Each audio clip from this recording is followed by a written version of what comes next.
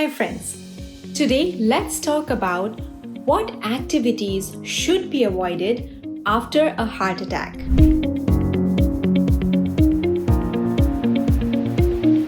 So friends, if you or your loved one has had a heart attack, it's very important to know what activities to avoid, how to start being active again, and what to do after the catheterization procedure. So friends, the number one activity to avoid is strenuous physical exertion too early, like heavy lifting, shoveling snow, or intense gym workouts in the first 2 to 3 weeks.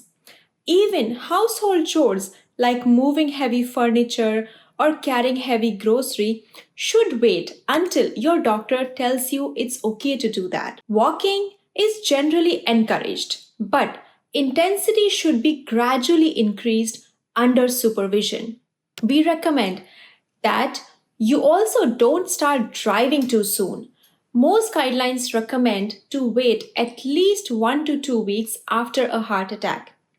And if you have had a major procedure or multiple stents, or if you have had bypass surgery, then you should not drive for at least 6 weeks. That's because the reaction time may be impaired and there is a risk of sudden symptoms while you're driving after these complex procedures. The third activity to avoid is sexual activity too soon. When you can climb 2 flights of stairs without any chest pain or breathlessness, then it may be okay to resume your sexual activity. But you should avoid it in the first week unless you are specifically cleared because it is a high intensity activity. Fourthly, friends, you should try to avoid high emotional and mental stress because the repercussions of emotional and mental stress are the same for your body just as they are with intense physical activity. So, high stress,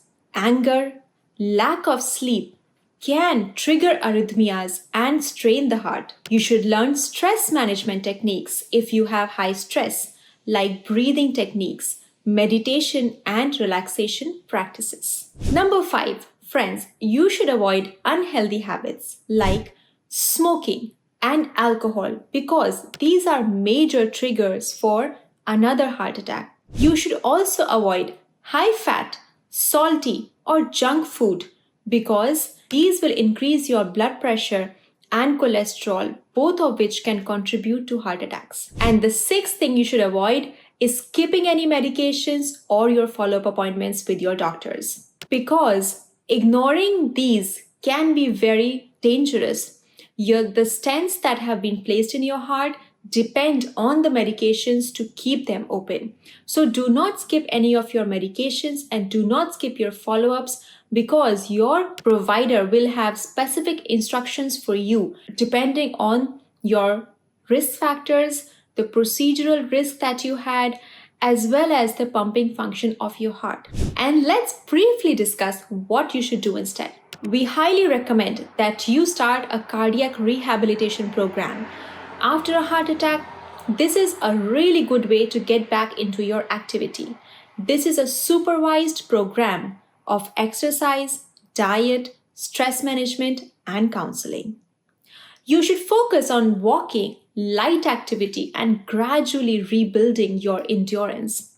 Don't try to test your heart out a few days after your heart attack. And lastly, friends, always follow your cardiologist's personalized timeline because every patient's recovery is a little bit different and it depends on the heart damage and the procedure. So, please follow up with your cardiologist, discuss with them the details of your recovery time, and take your medications regularly. I hope you have a good idea now of what to do and what not to do after your heart attack or stent placement. And if you found this video helpful, please like, share, and subscribe our channel. See you next time.